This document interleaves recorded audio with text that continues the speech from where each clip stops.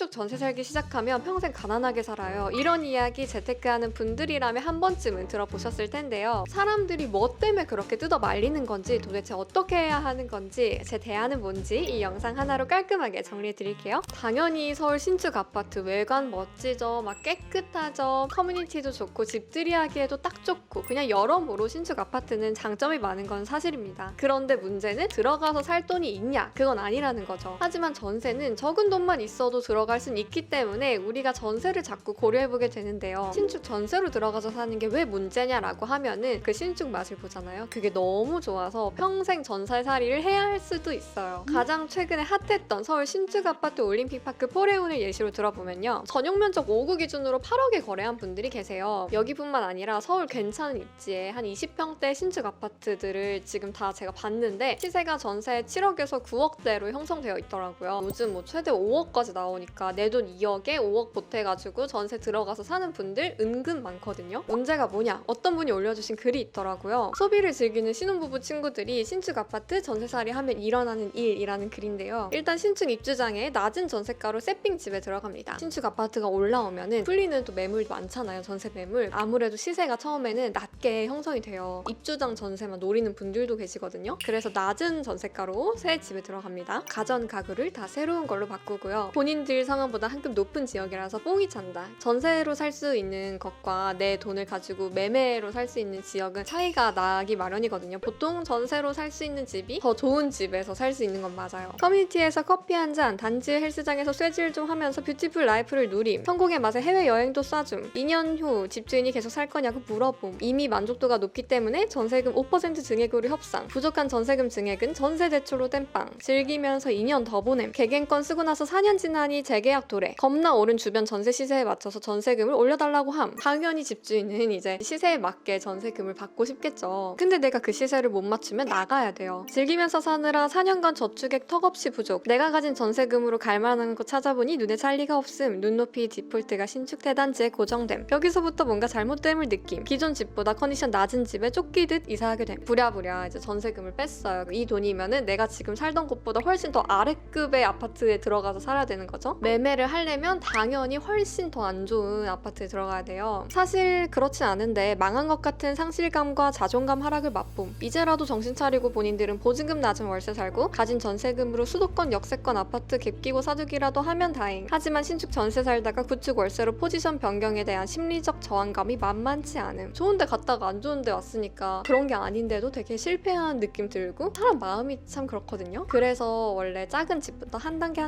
단계씩 성장해 나가라고 많이들 조언을 해주시는 것 같아요. 그때라도 집 살 걸 이라면서 가정 내 다툼이 잦아짐. 가진 돈으로 매매를 할까? 아니면 이 돈으로 우리가 전세를 살까? 월세를 살면서 돈을 열심히 모아서 이 월세 기간 끝나면 매매를 할까? 되게 다양한 이제 고민들을 하실 텐데, 내가 그때 매매가 해야 된다고 했지 막 이렇게 얘기를 하면서 다툴 수 있는 여지가 있는 거예요. 비슷한 시기에 일찍 내 집 마련한 직장 동료나 친구들 보며 억울해하며 폭락을 외치게 됨. 60, 70년대에 태어나신 분들을 보면은 집을 산 사람과 안 산 사람의 자산 차이가 엄청 심하게 차이가 났었어요. 신혼부부가 신축 전세로 시작을 해서 이제 폭락을 외치게 되는 이 최종 결론까지 되게 공감이 많더라고요. 특히 한 40, 50대 분들 층으로. 지방처럼 집값이 정체된 곳은 서두를 필요가 없는 건 맞는 것 같아요. 하지만 서울은 좀 다르죠. 집값이 너무 빨리 오르니까 이 자산의 상승 속도를 월급으로 절대 따라갈 수가 없거든요. 그래서 하루라도 빨리 집을 마련하라는 조언이 나오는 거고, 거기에 저도 일정 부분 동의를 하고 있습니다. 저도 지금 여기 살고 있는 곳이 신축 아파트 월세거든요. 다행히 제가 이 살고 있는 곳이 커뮤니티가 화려한 곳도 아니고요, 막 입지가 엄청 좋은 곳도 아니에요. 주변에 빌라가 되게 많고 나 홀로 아파트 같은 느낌이거든요. 그러다 보니까 그 본문에서 얘기한 성공의 맛 이런 거까지는 잘 모르겠더라고요. 근데 진짜 좋은 인프라나 막 입지가 너무너무 좋은 아파트를 들어가면 눈이 진짜 올라갔겠다 이런 생각이 많이 듭니다. 하지만 소비 통제가 좀 잘 되는 분들은 신축 입주장 전세를 골라서 들어가는 건 거는 괜찮다고 봐요. 그런데 문제는 이제 서울 신축이 좀 씨가 마르고 있고 그 신축이 내가 원하는 지역에서 내가 원하는 타이밍에 나타나줄 거라는 보장이 없잖아요. 그리고 뭐 애 없다는 전제하에 괜찮지, 사실 애가 있으면 이사하러 다니고 막 이러기가 되게 까다롭다고 하더라고요. 근데 뿅글님, 저는 전세 살면서 돈을 좀 더 모으고 그 다음에 매매를 하고 싶은데요. 그러면 저는 좋은 집에 살면 안 되나요? 이렇게 물어보는 분들이 계실 것 같은데요. 저는 괜찮다고 생각을 해요. 돈을 모으는 기간이 조금 더 필요하다 이런 분들은 신혼부부를 위한 서울의 정책을 많이 찾아보셨으면 좋겠어요. 누가 여러분들한테 떡 먹여주는 게 아니거든요. 내가 받을 수 있는 혜택임에도 불구하고 다 놓치고 있는 거예요. 제가 올렸던 미리네 집 영상도 한번 보시고요. 아까 예시로 들었던 올림픽파크 포레온도 시세의 반값에 전세로 살 수 있는 건데요. 서울시가 공급하는 거라 전세 사기 걱정도 없어요. 심지어 올파포 말고도 리스트에 서울에 괜찮은 신축 아파트가 되게 많기 때문에 제가 그 질문한 뿅아리님과 같은 상황이었다면 미리네 집으로 신혼집 마련해서 살다가 내 집 마련해서 나갈 것 같아요. 또 보증금 7억 이하 주택이면 전세대출 이자를 지원해주는 정책도 있어요. 서울 신혼부부 전세 이자 지원에 대해서 검색을 한번 해보세요. 소득 조건은 있지만 부부 합산으로 연소득 1억 3천 미만이면 되니까 사실 그렇게 박하지도 않다고 보거든요. 이런 제도들을 잘 활용하면 일반적인 전세에서 사는 것보다는 금전적인 기반을 조금 더 다질 수 있는데요. 그런데 저는 그것만큼이나 내가 어떤 환경에 놓여 있느냐가 결국 중요하다는 생각을 해요. 학생 때는 서로 비슷한 목표로 공부를 하니까 그 분위기 속에서 열심히 할 수 있었잖아요. 그런데 사회에 나와서는 각자 처지가 너무 달라요. 어떤 사람은 이제 여유롭게 살고 싶고 어떤 사람은 아직 하루하루 열심히 치열하게 살아야 될 수도 있고요. 그래서 저는 내가 어떤 환경에 있느냐가 정말 중요하다고 생각해요. 왜냐하면 진짜 주변 환경이 내 에너지, 뭐 소비 습관, 자존감까지도 바꿔놓거든요. 저도 처음에 이제 열심히 시드머니를 모으던 시절에는 가진 게 없으니까 그냥 내가 더 열심히 살 수밖에 없는 분위기를 만들려고 애썼어요. 미디어도 막 자극적인 콘텐츠보다는 좋은 에너지를 주는 책, 뭐 영상, 강의 중심으로 보고 그랬는데요. 이렇게 세팅을 할 때 진짜 도움되는 게 있어요. 클래스 101인데요. 우리 보통 막 자기개발 결심이 섰을 때 재테크 강의 하나 듣고 끝, 직무 강의 하나 듣고 포기, 이런 경우가 많잖아요. 그럼 다시 원점으로 돌아가죠. 근데 클래스 101 하면 그럴 일이 없어요. 왜냐하면 무려 5,300개 이상의 클래스가 있거든요. 취미, 재테크, 자기개발, 외국어, 아이 교육까지 그냥 웬만한 건 다 있어요. 이 정도면 온라인 클래스계 1등이라고 볼 수 있겠죠. 이렇게 클래스가 많다 보니까 그냥 보다 보면 공부 좀 해볼까? 이게 아니라 나는 어떤 방향으로 성장하고 싶은 걸까? 이걸 고민하게 되더라고요. 주식, 부동산이 중요한지 아니면 내 커리어 확장의 니즈가 큰지 그런 걸 찾는 것부터가 성장의 시작이잖아요. 클래스 101 컨텐츠는 다 커리큘럼이 탄탄한데요. 업계 전문가나 유명 크리에이터들이 클래스를 열어서 더 집중이 잘 되더라고요. 보면 미국 주식으로 엄청 유명한 분도 보이고 부동산 크리에이터, 뭐 아나운서의 자소서 클래스, 요시고 이거 진짜 유명한 전시였는데 전시 기획 클래스까지 있네요. 대부분의 강의 플랫폼이 개별 구매 형태이다 보니까 구매할 때마다 좀 고민이 많이 되잖아요. 클래스 101의 진짜 강점은 그 구독제가 있다는 점이에요. 다양한 강의를 자유롭게 들을 수 있는데요. 제가 뿅그리 구독자 전용 링크를 가져왔어요. 혼자 구독하면 월 15,750원으로 5,300개가 넘는 모든 강의를 무제한으로 수강할 수 있고요. 여기서 더 저렴하게 수강할 수 있는 방법도 있습니다. 그룹 구독을 하면 돼요. 같이 구독할 사람 3명을 여기 댓글이나 아니면 지인들 통해서 이렇게 모아가지고 총 4명이 구독을 하면 인당 한 달에 8,250원으로 구독을 할 수도 있어요. 제가 봤을 때 그 가격 이상으로는 무조건 뽑을 것 같아요. 처음에 고르기 어려울 테니까 재테크적으로 도움될 만한 클래스 딱 3개 제가 뽑아서 추천해 드릴게요. 첫 번째는 부익남님의 부동산 공부가 처음이신가요? 클래스인데요. 무려 140만 부동산 유튜버신데 부동산 공부하고 싶은데 감이 잘 안 온다 이런 분들 여기입니다. 사실 부동산 매수하는 거는 청약부터 뭐 일반 매매, 뭐 재개발 너무 다양하게 있다 보니까 뭐가 나한테 맞는지 자산별로 투자법은 어떻게 달라져야 되는지 참 막막하잖아요. 그런 것도 잘 들어가 있고요. 이 강의를 통해서 뭘 배울 수 있는지부터 집값에 대한 이야기, 뭐 부동산 공부 기초, 부동산 투자 프로세스 입지 보는 법까지 정리가 되어 있어요. 두 번째는 미주부의 미국 주식 투자법. 주식을 처음 하는 분들은 도대체 왜 좋고 어떻게 하는 건지도 아예 모르는 상황이라 되게 막막할 때가 있잖아요. 그래서 유튜브를 막 찾아봐요. 근데 주식 채널에는 기초적인 얘기보다는 최근 이슈나 상황, 기업 분석 같은 걸 하고 있고 내가 모르는 세상 얘기를 하고 있는 거죠. 나만 괜히 막 뒤처지는 느낌도 들고 이제 시작하기엔 너무 늦었나? 이런 생각이 들잖아요. 그래서 저는 모든 재테크 과정에서는 기초를 탄탄하게 하고 가는 걸 제일 추천해요. 근데 이 강의가 딱 딱 그렇더라고요. 주식 처음 시작할 때 꼭 알아야 하는 것들에 대해서 알려주고 있어요. 분명히 이런 거 찾고 있던 분들 계실 거예요. 그쵸? 마지막 세 번째는 엑셀 능력자님 클래스인데요. 투자를 하거나 뭘 할 때도 이제 정리를 해야 되잖아요. 이리저리 시뮬레이션 돌려보고 돈 관리하기 엑셀만 한 게 없거든요. 거창할 필요도 없어. 기본적인 것만 잘 다룰 줄 알면 되거든요. 이 강의가 A부터 Z까지 쉽게 알려주고 있어요. 또 바쁜 우리가 오랜 시간을 쓸 수 없잖아요. 딱 7일이면 완강할 수 있게 커리큘럼이 준비되어 있더라고요. 제가 이렇게 소개해드린 컨텐츠보다 더 알찬 클래스들이 많아요. 환경 세팅 클래스 101과 함께 도움받아서 잘 해보시길 바라겠고요. 클래스 101 특가 프로모션이랑 댓글 이벤트까지 준비를 해왔거든요. 자세한 내용 더보기란에 남겨드릴 테니까요. 꼭 잊지 말고 혜택 다 받아가시면 좋겠습니다. 결국에는 모든 거는 진짜 환경이에요. 우리 인간은 너무 쉽게 흔들릴 수 있는 그런 존재이다 보니까 계속 발전을 해나가고 내 미래를 생각한다. 그렇게 해야 될 것 같다 라고 생각하시는 분들은 환경 세팅 잘 해두시는 걸 추천드릴게요. 이번 영상 여기까지 마무리하겠고요. 오늘 여러분들이랑 가볍게 수다 떠는 느낌으로 한번 찍어봤는데 좋으셨을지 모르겠습니다. 그러면 우리는 다음에 또 알찬 영상으로 만날게요, 여러분.